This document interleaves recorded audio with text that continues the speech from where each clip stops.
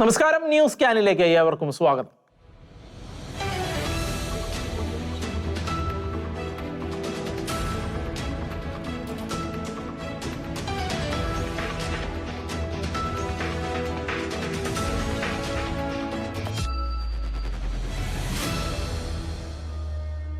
മലയാള സിനിമയിലെ ലൈംഗിക അതിക്രമങ്ങളെക്കുറിച്ചും ആൺകോയ്മയെക്കുറിച്ചും ആഴത്തിൽ പഠിച്ച ജസ്റ്റിസ് ഹേമ സർക്കാർ സമക്ഷം സമർപ്പിച്ച റിപ്പോർട്ട് മുഴുഭാവത്തിൽ പുറത്തു വരാതിരുന്നിട്ട് കൂടി നീറി കത്തുകയാണ് ഇപ്പോൾ. നക്ഷത്ര മണ്ഡലത്തിൽ താരപ്രഭയോടെ വിരാജിച്ച താരങ്ങളിൽ പലരും തങ്ങൾ കേവലം പച്ച മനുഷ്യരാണെന്ന യാഥാർത്ഥ്യം ഉൾക്കൊണ്ട് ഭൂമിയിലേക്ക് ഇറങ്ങി വന്നിരിക്കുകയാണ്. പക്ഷെ പറഞ്ഞിട്ട് എന്താ കാര്യം? താരപ്രൗഢിയുടെ പകിട്ടിൽ ധാർമ്മിക നീതികൾക്ക് നിരക്കാത്തത് ഒന്നൊന്നായി ചെയ്തു കൂട്ടിയവർ അതിന് തത്തുല്യമായത് അനുഭവിക്കുക തന്നെയാണ് ഇപ്പോൾ ചെയ്തുകൊണ്ടിരിക്കുന്നത്.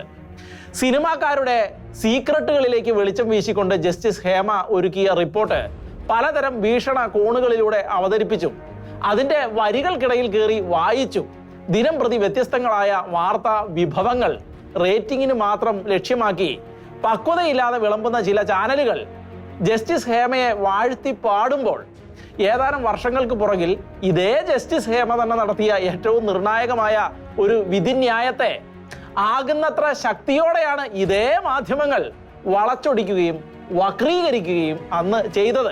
മാധ്യമ തമ്പുരാക്കന്മാർ പലരും ആത്മാർത്ഥമായി പൂഴ്ത്തിയ ആ വാർത്തയെ വിശകലനം ചെയ്തുകൊണ്ട് ഇന്നത്തെ ന്യൂസ് സ്കാൻ ആരംഭിക്കുകയാണ്. ഏവർക്കും ഒരിക്കൽ കൂടി സ്വാഗതം.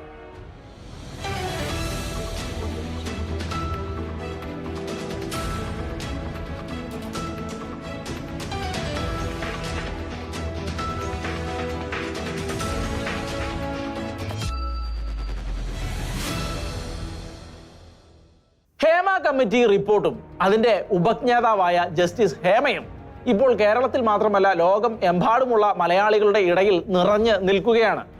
പവർ ഗ്രൂപ്പുകളുടെ തലതൊട്ടപ്പന്മാർ ഹൈജാക്ക് ചെയ്ത മലയാള സിനിമയിൽ ശുദ്ധികലശം ഒഴുക്കാൻ പോകുന്ന തരത്തിൽ റിപ്പോർട്ട് അവതരിപ്പിച്ച് നീതിപീഠത്തിലെ ആ വനിതാ ജഡ്ജ് ഇപ്പോൾ ആശംസകളും അഭിനന്ദനങ്ങളും എല്ലാം ഏറ്റുവാങ്ങിക്കൊണ്ടിരിക്കുകയാണ്. എന്നാൽ സിനിമാക്കാരുടെ അണിയറ കഥകൾ അനാച്ഛാദനം ചെയ്യുന്ന റിപ്പോർട്ടിന് അപ്പുറത്ത് കേരളത്തിൽ അഭിഭാഷകയായും പബ്ലിക് പ്രോസിക്യൂട്ടറായും ജഡ്ജായും തന്റെ ശക്തമായ നിയമത്തിനൊപ്പം നീണ്ടകാലം ഔദ്യോഗിക ജീവിതം നയിച്ച വ്യക്തി കൂടിയാണ് ജസ്റ്റിസ് കെ ഹേമ എന്നുള്ള കാര്യം നമ്മൾ മറന്നു പോകരുത്.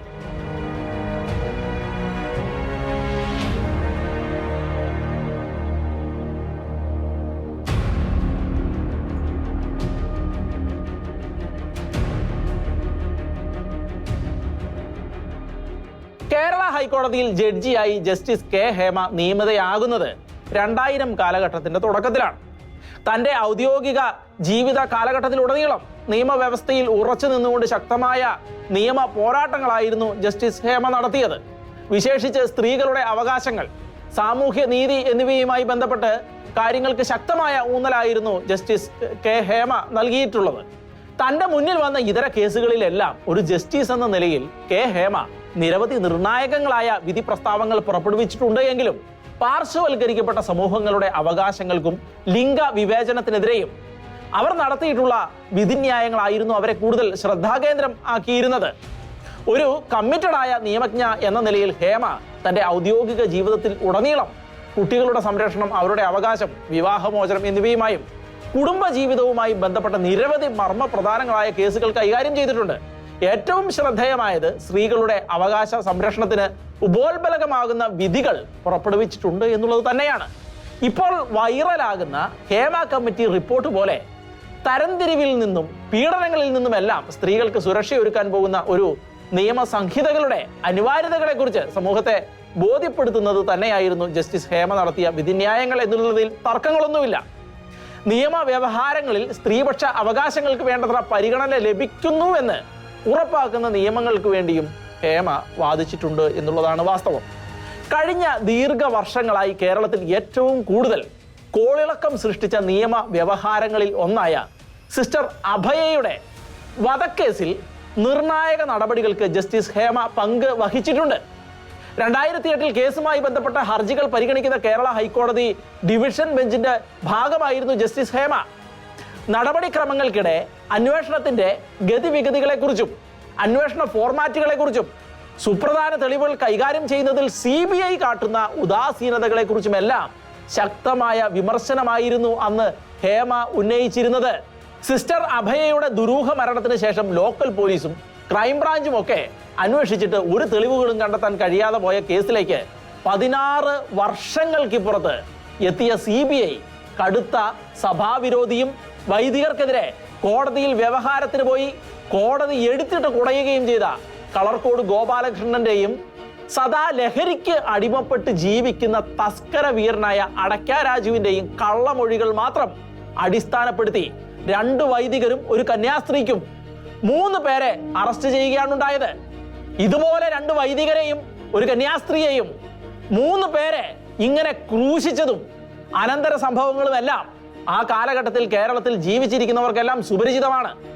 കേരളത്തിലെ നേരറിയാതെ കുഴങ്ങിയ നന്ദകുമാർ നായരുടെ CBIയുടെ ശുപാർശ അനുസരിച്ച് ഒരു സ്ത്രീ എന്ന പരിഗണന പോലും കൊടുക്കാതെ സിസ്റ്റർ സെഫിയെ കന്യാത്ത പരിശോധനയ്ക്ക് വിധേയപ്പെടുത്താൻ അങ്ങേയറ്റം ഹീനമായ മനുഷ്യാവകാശ ലംഘനത്തിനാണ് കളമൊരുക്കിയത്. ഇതേ നന്ദകുമാറിനെതിരെ പ്രമാദമായ മലബാർ സിമന്റ് കേസിൽ CBIക്ക് ചീത്തപ്പേരുണ്ടാക്കുന്ന തരത്തിൽ കള്ളത്തെളിവുകൾ ഉണ്ടാക്കിയെന്ന് കേരള ഹൈക്കോടതി പ്രസ്താവിച്ചതാണ്. ഏതായാലും ക്രൈസ്തവ സമൂഹം മുഴുവൻ അമ്പരന്ന് നിൽക്കുമ്പോൾ സിസ്റ്റർ സെഫിയുടെ നിർബന്ധിത കന്യാത്ത പരിശോധന കോട്ടയത്ത് നിന്നും മാറി അങ്ങ് ആലപ്പുഴ മെഡിക്കൽ കോളേജിൽ കൊണ്ടുപോയി നടത്തി. അത് അങ്ങേയറ്റത്തെ മനുഷ്യാവകാശ ലംഘനമായിരുന്നെങ്കിലും ആർക്കൊക്കെയോ സംതൃപ്തി കിട്ടാൻ വേണ്ടി നടത്തിയ ആ പരിശോധനയിൽ ആ സന്യസ്തയുടെ കന്യാചർമ്മം സാധാരണ രീതിയിൽ തന്നെ ഉണ്ട് എന്ന റിപ്പോർട്ട് പുറത്തു വന്നു. അത് കേട്ട് ഇളിമ്പരായി പോയവർ അടുത്ത കളി തുടങ്ങി. ആ റിപ്പോർട്ട് CJM കോടതിയിൽ എത്തുന്നതിന് ഒരു മുഴം മുമ്പേ അങ്ങേയറ്റം ക്രൂരവും പൈശാചികവുമായ വ്യാജ പ്രചാരണം നടത്തിക്കൊണ്ടായിരുന്നു ആ സന്യസ്തയെ വിചാരണ ചെയ്തത് ഇവര്.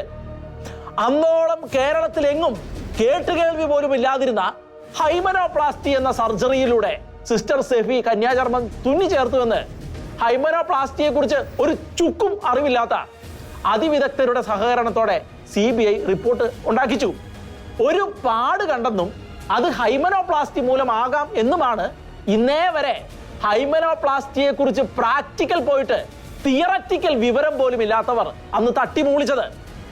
ഇനി അങ്ങനെ വെർജിൻ അല്ല എന്ന് തെളിഞ്ഞാൽ പോലും 16 വർഷം മുന്നേ നടന്ന കേസിൽ അതൊരു തെളിവാകില്ല എന്ന് ഉറപ്പുണ്ടായിട്ടും അവർ കന്യകയെന്ന് തെളിയിക്കപ്പെട്ട ഒരു സ്ത്രീയെ പിച്ചും ചീന്തി മാധ്യമങ്ങൾക്ക് മുന്നിലേക്ക് എറിഞ്ഞു കൊടുക്കുകയായിരുന്നു ചെയ്തത്. അങ്ങേയറ്റം ക്രൂരമായ വിവരങ്ങൾ ചേർത്തുള്ള വാദപ്രതിവാദങ്ങൾക്ക് ശേഷമാണ് കേരളം കണ്ടിട്ടുള്ള ഏറ്റവും ധീരരായ ജുഡീഷ്യൽ ഓഫീസർമാരിൽ ഒരാളായ ജസ്റ്റിസ് K. ഹേമ ആ വിധിന്യായം പ്രസ്താവിച്ചത്. 2 ആഴ്ചയോളം കേസ് ഡയറി കുത്തിയിരുന്ന് പഠിച്ച ശേഷമാണ് കേരള ഹൈക്കോടതിയിൽ നിന്ന് വന്ന 23 പേജുകളുള്ള ജാമ്യ ഉത്തരവിലെ 88ാമത്തെ ഖണ്ഡികയിൽ ജസ്റ്റിസ് ഹേമ ഇങ്ങനെ പറഞ്ഞത്: ഈ കേസിന്റെ വസ്തുതകളിൽ എന്റെ കാഴ്ചപ്പാടിൽ കന്യാത്ത പരിശോധന തീർത്തും അനാവശ്യമായിരുന്നുവെന്ന്. ഒരു കന്യാസ്ത്രീയുടെ മേൽ പൊതുസ്ഥലത്ത് ചെളി വാരി എറിയാൻ ശ്രമിച്ചതല്ലാതെ ഒരു ലക്ഷ്യവുമില്ലാത്ത പരിഹാസമാണ് 3ാം പ്രതിക്ക് നേരിടേണ്ടി വന്നത് എന്നത്. ഒരു കന്യാസ്ത്രീയുടെ സ്വകാര്യ ഭാഗം കേസുമായി ബന്ധപ്പെട്ട് ഒരു ലക്ഷ്യവുമില്ലാതെ പരസ്യമായി ചർച്ച ചെയ്യപ്പെടുന്നതാണ് അങ്ങേയറ്റം ദൗർഭാഗ്യകരമായി പോയത് എന്നുമായിരുന്നു. താൻ നിരപരാധിയാണ് എന്ന് തെളിയിക്കാൻ നിരാലംബയായ ഒരു കന്യാസ്ത്രീ സഹിച്ച പങ്കപ്പാടുകൾ ഒരു പരിധികളും ഇല്ലാത്തതാണ്. തന്നെ ക്രൂരമായി വേട്ടയാടിയ ഈ സമൂഹത്തോട് അവർ അലറിക്കരയുന്ന വിധത്തിൽ എത്രയോ വട്ടം വിളിച്ചു പറഞ്ഞിട്ടുണ്ടാകാം അവർ നിരപരാധിയാണ് എന്ന്. പക്ഷേ ആര് അത് കേൾക്കാനാണ്? ഹീനമായ വേട്ടയാടലിനെതിരെ സിസ്റ്റർ മനുഷ്യാവകാശ കമ്മീഷന് പരാതി നൽകിയിരുന്നു. അവരത് തള്ളിയപ്പോൾ സിസ്റ്റർ ദില്ലി ഹൈക്കോടതിയിൽ നൽകിയ അപ്പീലിന്റെ വിധി എന്ന നിലയിൽ പിന്നെയും 13 വർഷങ്ങൾ കഴിഞ്ഞപ്പോൾ ദില്ലി ഹൈക്കോടതിയും വിളിച്ചു പറഞ്ഞു നിർബന്ധിത വെർജിനിറ്റി ടെസ്റ്റ് മനുഷ്യാവകാശ ലംഘനമാണ് എന്ന്. ആ വിധിന്യായം പറഞ്ഞ ജസ്റ്റിസ് സ്വർണകാന്ത ശർമ്മ 2009 ജസ്റ്റിസ് ഹേമ പുറപ്പെടുവിച്ച വിധിന്യായം അങ്ങനെ തന്നെ ആവർത്തിച്ചുകൊണ്ട് അന്വേഷണത്തിലോ കസ്റ്റഡിയിലോ ഉള്ള ഒരു സ്ത്രീ തടവുകാരിയിൽ നടത്തിയ കന്യാത്ത പരിശോധന ജുഡീഷ്യൽ അല്ലെങ്കിൽ പോലീസ് ഭരണഘടനാ വിരുദ്ധവും നഗ്നമായ ലംഘനവുമാണ് എന്ന് അസന്നിഗ്ധമായി പറഞ്ഞു. അന്തസ്സിനുള്ള അവകാശം ഉൾക്കൊള്ളുന്ന ഭരണഘടനയുടെ 21 പ്രകാരം നടന്നത് നഗ്നമായ ലംഘനമാണ് എന്ന് ശക്തമായി പറഞ്ഞു. സിസ്റ്റർ സെഫിയുടെ മാത്രമല്ല രാജ്യത്തെ മുഴുവൻ സ്ത്രീകളുടെയും അന്തസ്സ് ഉയർത്തുന്ന തരത്തിലുള്ള പരാമർശമാണ് ഡൽഹി ഹൈക്കോടതി നടത്തിയിരിക്കുന്നത്. താൻ വിശ്വസിക്കുകയും ആശ്രയിക്കുകയും ചെയ്യുന്ന ദൈവത്തിൽ പ്രതീക്ഷയുള്ളതുകൊണ്ടും താൻ നിരപരാധിയാണ് എന്ന് ഉത്തമ ബോധ്യം ഉള്ളതുകൊണ്ടുമാണ് അവരിപ്പോഴും മനക്കരുത്തോടെ തന്റെ പോരാട്ടം തുടരുന്നത്. ഇന്ന് അതേ ജസ്റ്റിസ് ഹേമ മലയാള സിനിമയിലെ നടന്മാർക്കുണ്ടായ മാനഹാനിയെ കുറിച്ച് എഴുതിയ റിപ്പോർട്ട് പൊക്കിപ്പിടിച്ച് നടന്മാർക്കെതിരെ ഉറഞ്ഞുതുള്ളി ചാനലുകൾക്ക് റേറ്റിംഗ് കൂട്ടാൻ തമ്മിലടിക്കുന്ന ഒരു മാധ്യമ പുങ്കുവനെയും അന്ന് ഒരു സാധുവായ കന്യാസ്ത്രീ തന്റെ മാനം പൊതുസമൂഹത്തിന്റെ മുന്നിൽ വലിച്ചു കീറപ്പെട്ടതിനൊപ്പം നിന്ന് സംസാരിക്കാൻ കണ്ടില്ല. കൂടെ നിന്നില്ലെന്ന് മാത്രമല്ല, അവരെ ആകുന്നത്ര ഉപദ്രവിക്കാനാണ് അവർ പരിശ്രമിച്ചത് എന്ന കാര്യവും ഒരിക്കലും മറക്കാൻ കഴിയുന്നതല്ല. മലയാള സിനിമാ പ്രേക്ഷകർ ഒരു സിനിമയിൽ പോലും കണ്ടിട്ടില്ലാത്ത സ്ത്രീകളെ തെരഞ്ഞുപിടിച്ച് കുതിരപ്പുറത്ത് കയറ്റി ആനയിച്ചു കൊണ്ടുവന്ന് ശീതീകരിച്ച ചാനൽ ഫ്ലോറുകളിൽ ഇരുത്തി കലാകാരന്മാർക്കെതിരെ ആരോപണം പറയിപ്പിച്ച് അത് ആവർത്തിച്ച് പ്രക്ഷേപണം ചെയ്ത് സെൻസേഷൻ ഉണ്ടാക്കാൻ ഇറങ്ങിയവരുടെ മുൻഗാമികളിൽ ഒരുത്തരും സിസ്റ്റർ സെഫി എന്ന സ്ത്രീയുടെ മാനത്തിനൊപ്പം നിന്നില്ല എന്നത് മാധ്യമങ്ങളുടെ ഭാഗത്തെ അക്ഷന്തവ്യമായ അപരാധമായി അവശേഷിക്കുകയാണ് എന്നുള്ളത് പറയാതിരിക്കാൻ വയ്യ. സിസ്റ്റർ സെഫി കന്യാചർമ്മം വെച്ചുപിടിപ്പിച്ചു എന്ന് പറയപ്പെടുന്ന കാലത്ത് ഇന്ത്യയിലോ ഏതെങ്കിലും ഏഷ്യൻ രാജ്യങ്ങളിലോ അതിനുള്ള സംവിധാനങ്ങൾ ഉണ്ടായിരുന്നില്ല. അതുമാത്രവുമല്ല, ഇനി വിദേശത്ത് പോയി ചെയ്തു എന്ന് പറയാൻ അന്ന് സിസ്റ്റർ സെഫിക്ക് പാസ്പോർട്ട് പോലും ഉണ്ടായിരുന്നില്ല. പിന്നെ ഹൈമനോപ്ലാസ്റ്റി കഥ എങ്ങനെ പിറന്നു? അതാണ് കോടതി പോലും പരാമർശിച്ച കോടതി വിധിയെ വക്രീകരിക്കുന്ന മീഡിയ പബ്ലിക് വെർഡിക്റ്റ് എന്ന ആടിനെ പട്ടിയാക്കുന്ന മാധ്യമ ധർമ്മം.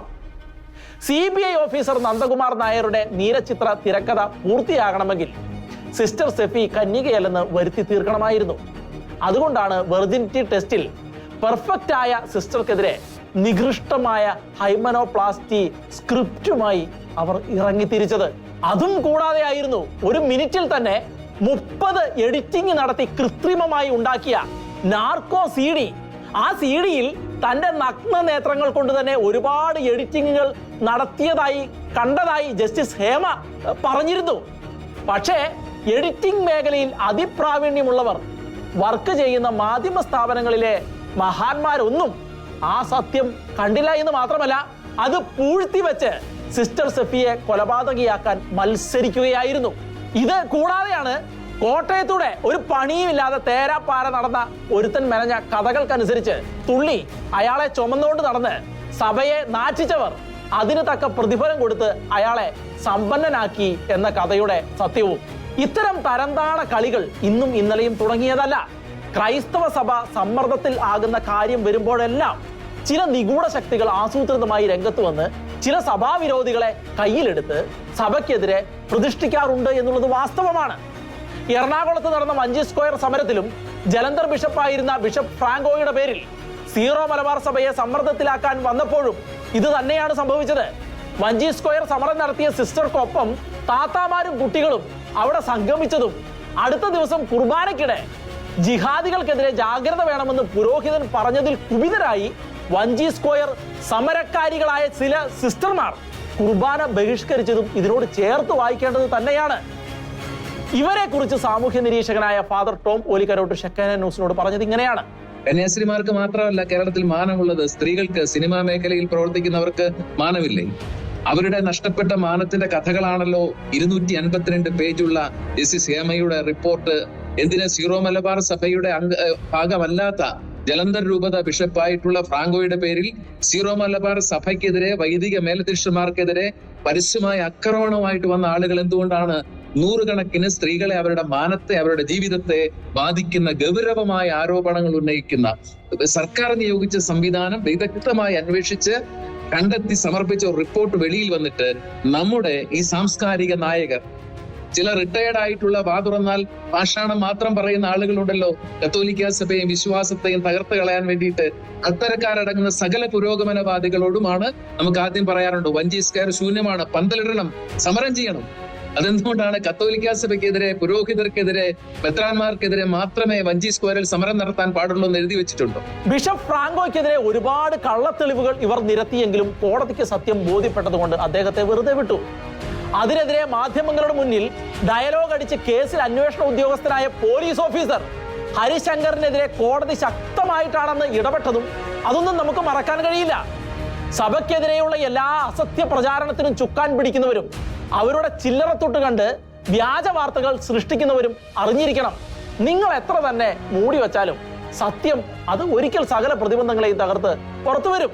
തന്റെ വിധിന്യായത്തിന്റെ ഒടുവിൽ ജസ്റ്റിസ് ഹേമ, പിതാവേ ഇവരോട് ക്ഷമിക്കണമേ, ഇവർ ചെയ്യുന്നത് എന്തെന്ന് ഇവർ അറിയുന്നില്ല എന്നും സ്വർഗം താഴെ വീണാലും സത്യം തന്നെ വിജയിക്കുമെന്നും കുറിച്ചതുപോലെ സത്യത്തിന്റെ ശുഭ്ര പതാക നീതിയുടെ വിഹായസിൽ പാറിക്കളിക്കുന്ന ദിവസം ഒത്തിരി വിദൂരത്തല്ല എന്ന് ഉള്ള കാര്യം ഉറപ്പാണ്.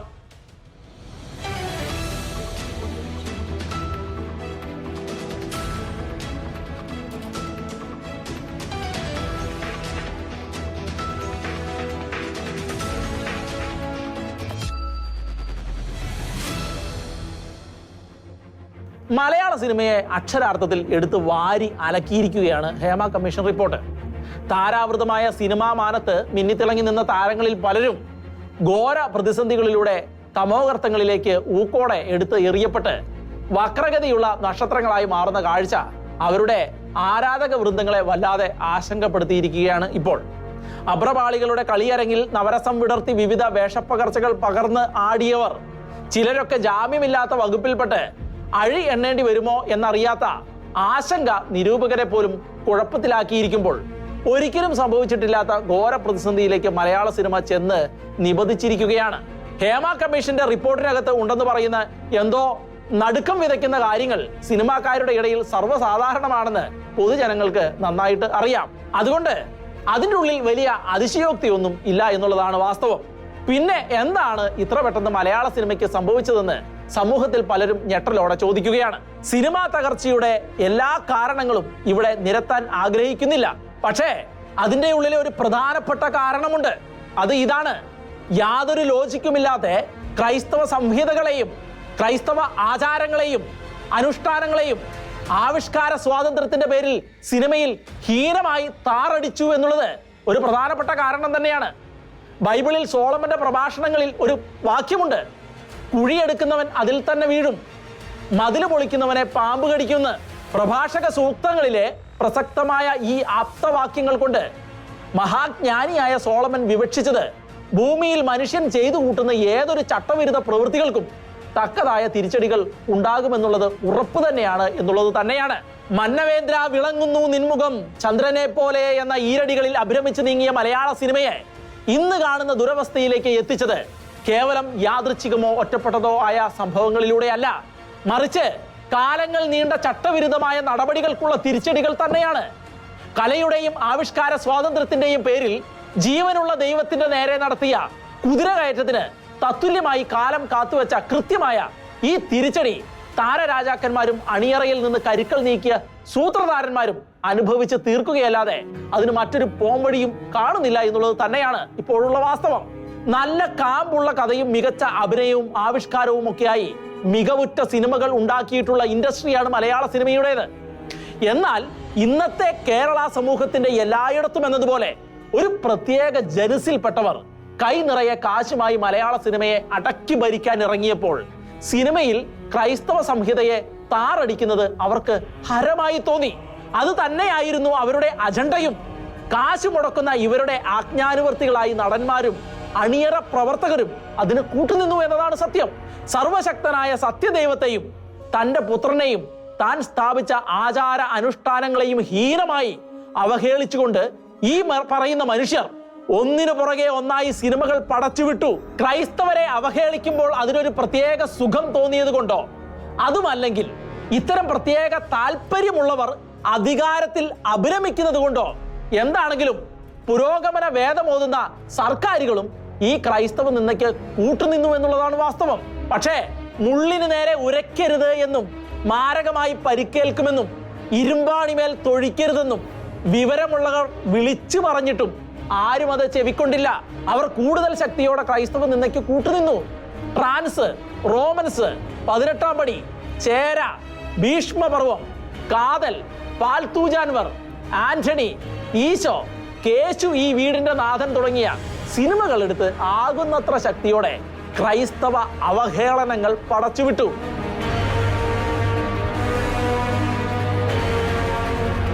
ഇത്തരം തരംതാണ താറടിക്കൽ വേറെ ഒരു മതത്തിന്റെ അസ്തിത്വത്തിന് നേരെ ആയിരുന്നുവെങ്കിൽ കേരളം ഇന്ന് നിന്ന് കത്തുമായിരുന്നു.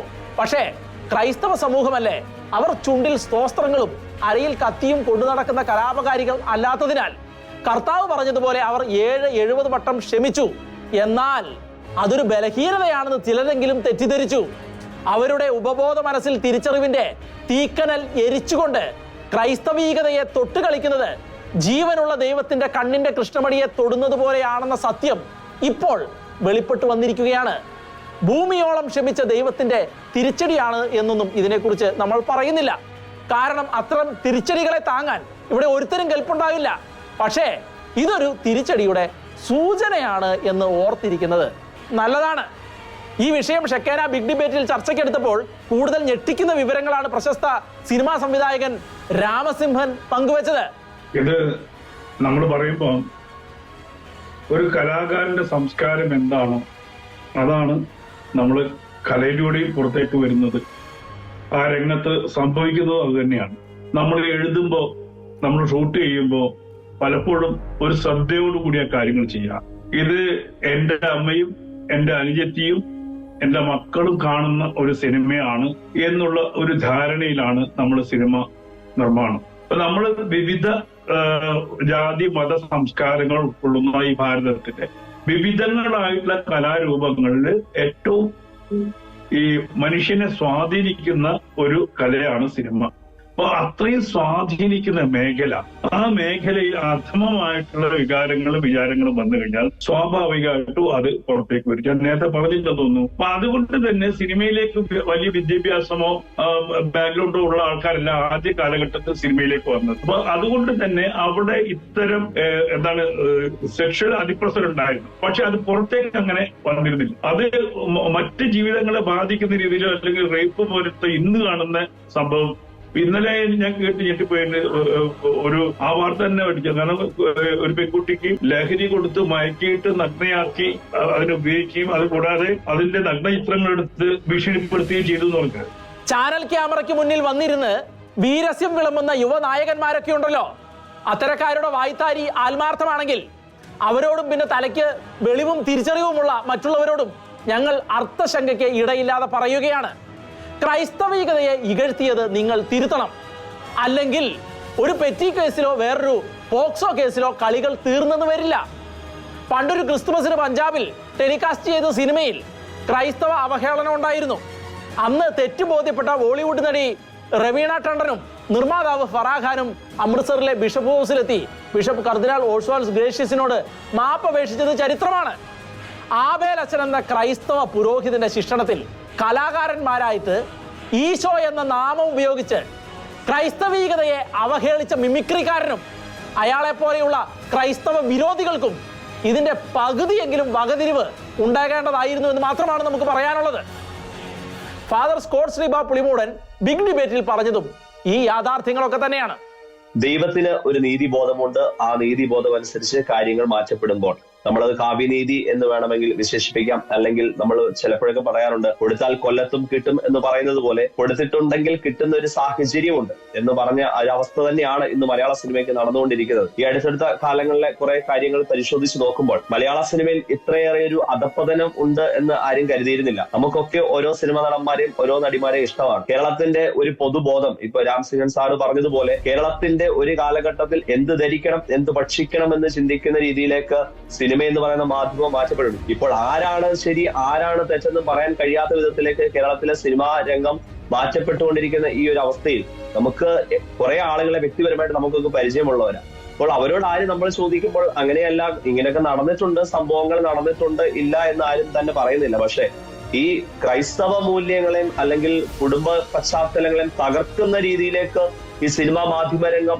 മാറിയിട്ടുണ്ടായിരുന്നു ഒരു കാലഘട്ടത്തിൽ. ക്രൈസ്തവ വിശ്വാസത്തെയും ഹൈന്ദവ വിശ്വാസത്തെയൊക്കെ ഒരു ചോദ്യം ചെയ്യുന്ന രീതിയിലേക്ക്, അല്ലെങ്കിൽ അതൊക്കെ തെറ്റാണെന്നുള്ള രീതിയിലേക്ക്, ചരിത്രത്തെ വളച്ചൊടിക്കുന്ന രീതിയിലേക്കുള്ള സിനിമകളും അത്തരത്തിലുള്ള കാര്യങ്ങളൊക്കെ ഇവിടെ വന്നിട്ടുണ്ടായിരുന്നു. അതിനെയൊക്കെ പ്രതിഷേധിക്കാൻ ഇന്നും ആളുകൾ തയ്യാറാകുന്നില്ല, അല്ലെങ്കിൽ പ്രതിഷേധിച്ചവരെ മാറ്റി നിർത്തുകയാണ്. ഇന്ന് മലയാള സിനിമയ്ക്ക് ഇങ്ങനെ ഒരു തിരിച്ചടി ഉണ്ടായത് അത് വളരെ വേദനാജനകമായ ഒരു കാര്യമാണ്.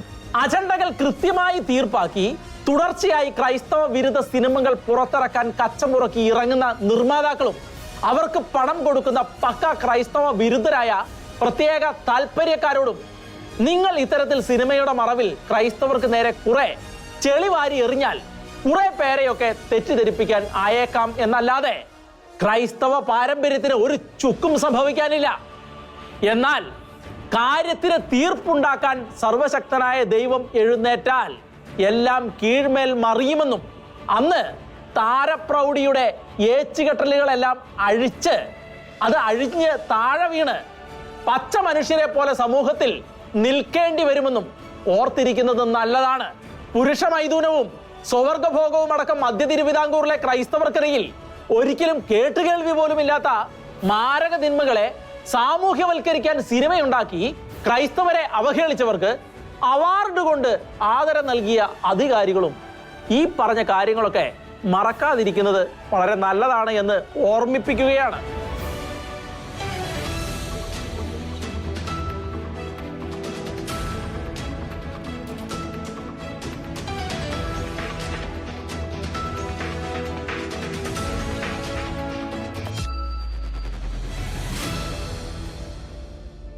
പൗരത്വ ഭേദഗതി എന്നൊരു ബില്ല് ഇന്ത്യ ഗവൺമെന്റ് അവതരിപ്പിച്ച കാലം മുതൽ ഇവിടുത്തെ അധികാരക്കൊതിയന്മാരായ രാഷ്ട്രീയക്കാർ അതിനെതിരെ കടുത്ത കള്ളത്തരങ്ങൾ പ്രചരിപ്പിച്ചുകൊണ്ട് നിറഞ്ഞ് ആടുകയായിരുന്നു.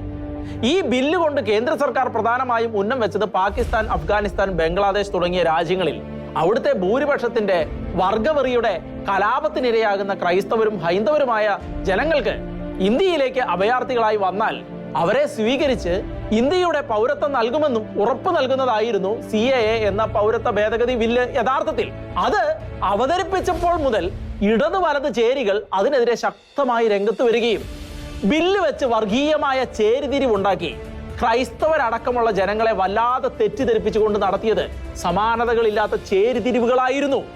തുടർച്ചയായി ചർച്ചകളും സംവാദങ്ങളും ഒപ്പം സമൂഹ മാധ്യമങ്ങളിലെ പ്രചണ്ഡമായ പ്രചാരണവും നടത്തി ജനങ്ങളെ തെറ്റിദ്ധരിപ്പിച്ച് കളത്തിലിറക്കാൻ ഇവിടുത്തെ ഇടത് വലത് രാഷ്ട്രീയ കക്ഷികൾ നടത്തിയത് ശക്തമായ തള്ളിക്കയറ്റങ്ങൾ തന്നെയായിരുന്നു. ഇത്തരത്തിൽ ഏത് അവസരം വീണ് കിട്ടിയാലും അത് ഇസ്ലാമിക വോട്ട് ബാങ്കുകൾ ഉറപ്പാക്കാനുള്ള അവസരമായി കാണുന്ന ഇടതുപക്ഷം അതോടൊപ്പം തങ്ങൾ മാത്രമാണ് ന്യൂനപക്ഷ സംരക്ഷകരെന്ന് ഉറക്കെ പ്രസ്താവിച്ചുകൊണ്ട് കളം പിടിച്ചപ്പോൾ കോൺഗ്രസ് ആകട്ടെ നന്നായി സ്കോർ ചെയ്തുകൊണ്ട് പൗരത്വ ബില്ല് ക്രൈസ്തവരെയും മുസ്ലിങ്ങളെയും ഇന്ത്യയിൽ നിന്ന് പടിയടച്ച് പിണ്ടം വെക്കാനുള്ള സംഘപരിവാരത്തിന്റെ കുടിലതന്ത്രമാണെന്ന് പ്രചണ്ഡമായി പറഞ്ഞു വരുത്തുകയും അത് വെളിപ്പെടുത്തുന്ന വീഡിയോകൾ പോലും ഉണ്ടാക്കി പ്രദർശിപ്പിച്ചാണ് പച്ചക്കള്ളങ്ങൾ പ്രചരിപ്പിച്ച് ജനങ്ങളെ ഇളക്കാൻ ശ്രമിച്ചത്. എന്നാൽ ഒരു എതിർപ്പും കേന്ദ്ര സർക്കാർ ഗൗനിച്ചതേയില്ല. അവർ അതിശക്തമായി തന്നെ ബില്ലുമായി മുന്നോട്ട് പോവുകയും 2019 അത് പ്രാബല്യത്തിൽ വരുത്തുകയും ചെയ്തു. ബംഗ്ലാദേശ്, പാകിസ്ഥാൻ, അഫ്ഗാനിസ്ഥാൻ എന്നിവിടങ്ങളിലെ ന്യൂനപക്ഷമായ ഹൈന്ദവ ക്രൈസ്തവ സമൂഹം അവിടെ ക്രൂരമായി പീഡിപ്പിക്കപ്പെടുകയാണെന്നും അതിൽ നിന്ന് രക്ഷപ്പെട്ട് ജീവിക്കാനുള്ള ആഗ്രഹത്തോടെ ഇന്ത്യയിലെത്തുന്ന കുടിയേറ്റക്കാർക്ക് ഇന്ത്യൻ പൗരത്വം നൽകുമെന്ന കാര്യം ഇന്ത്യ ഗവൺമെന്റ് ശക്തമായി തന്നെ പ്രഖ്യാപിക്കുകയും അതിൽ ഉറപ്പ് നൽകുകയും ചെയ്തിട്ടുണ്ട്. വ്യാജമതം നിന്ന ആൾക്കൂട്ട കൊലപാതകം, ബലാത്കാരമായിട്ടുള്ള കല്യാണം, ക്രൂരമായ ലൈംഗിക പീഡനം, അങ്ങനെ സമാനതകളില്ലാത്ത വിധത്തിൽ അതികഠിനമായിട്ടാണ് ഇപ്പോൾ പാകിസ്ഥാനിൽ താമസിക്കുന്ന ക്രൈസ്തവർ പീഡിപ്പിക്കപ്പെടുന്നത്.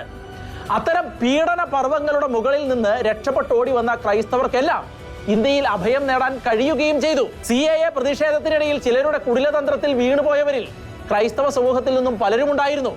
വൈദികരടക്കമുള്ളവർ പ്രതിഷേധവുമായി രംഗത്തിറങ്ങുകയും ചെയ്തിരുന്നു.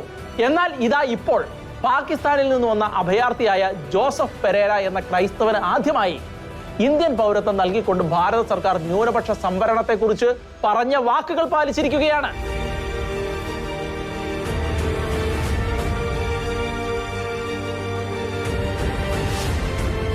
ഗോവാക്കാരനായ ഇദ്ദേഹം സംസ്ഥാനത്തിന്റെ വിമോചനത്തിന് മുൻപ് പാകിസ്ഥാനിലേക്ക് പോയത് വിദ്യാഭ്യാസത്തിനായിരുന്നു. അതിനുശേഷം അവിടെ ജോലി ചെയ്ത് പാക് പൗരത്വം എടുത്ത് അവിടെ തുടർന്ന 78-കാരനായ ജോസഫ് പെരേര ഇപ്പോഴത്തെ പാകിസ്ഥാനിലെ സാഹചര്യങ്ങളിൽ നിന്ന് രക്ഷപ്പെട്ടാണ് കറാച്ചി വിട്ട് ഇന്ത്യയിലേക്ക് കുടിയേറിയത്. ഇപ്പോൾ അദ്ദേഹത്തിന് നിയമപ്രകാരമുള്ള ഇന്ത്യൻ പൗരത്വം നൽകിയിരിക്കുകയാണ് ഗോവൻ സർക്കാർ. അന്ന് കാര്യസാധ്യത്തിന് വേണ്ടി കോൺഗ്രസ് അഴിച്ചുവിട്ട വ്യാജ പ്രചാരണത്തിൽ വിശ്വസിച്ച പലർക്കും ഇപ്പോഴാണ് സത്യം ബോധ്യപ്പെട്ടത്. ആ കുത്തിത്തിരിപ്പ് വിജയിച്ചിരുന്നു എങ്കിൽ അതിക്രൂരമായ ചവിട്ടും കുത്തും അടിയും അടക്കമുള്ള ക്രൂര പീഡനങ്ങൾ ഏറ്റുവാങ്ങി ഈ ക്രിസ്തീയ കുടുംബം പാകിസ്ഥാനിൽ കിടന്ന് ഭീകരരുടെ യുദ്ധ ആസക്തികൾക്ക് ഇരയായി തീർന്നു പോകുമായിരുന്നു. എന്നാൽ അതിനും അപ്പുറത്ത് അവർക്കൊരു സംരക്ഷണ കവചമൊരുക്കി ക്രൈസ്തവ ന്യൂനപക്ഷങ്ങളെ കൂടി ചേർത്ത് പിടിച്ചുകൊണ്ട് ഇന്ത്യ മഹാരാജ്യം അതിന്റെ സാംസ്കാരിക പൈതൃകം വീണ്ടും ലോകത്തിനു മുൻപിൽ ഉയർത്തിപ്പിടിച്ചിരിക്കുകയാണ്. കഴിഞ്ഞ മാർച്ചിൽ ദില്ലിയിൽ നടന്ന ഇന്ററാക്റ്റീവ് സെക്ഷനിൽ വെച്ച് 14 ഹൈന്ദവ സഹോദരങ്ങൾക്കാണ് കേന്ദ്ര ആഭ്യന്തര സെക്രട്ടറി അജയ്കുമാർ ഭല്ല CAA പ്രകാരമുള്ള പൗരത്വം നൽകിയത്. പിന്നാലെ 300ഓളം പേർക്കും പൗരത്വം നൽകിയിരുന്നു. ഇന്ത്യ ലോകത്തിന് മുന്നിൽ ശരിക്കും ഒരു അഭിമാനമായി മാറുകയാണ് ഇപ്പോൾ ചെയ്തുകൊണ്ടിരിക്കുന്നത്.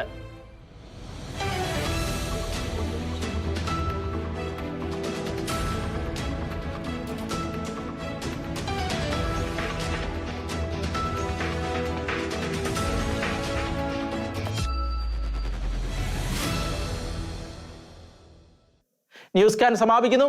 ഇനി അടുത്തയാഴ്ച.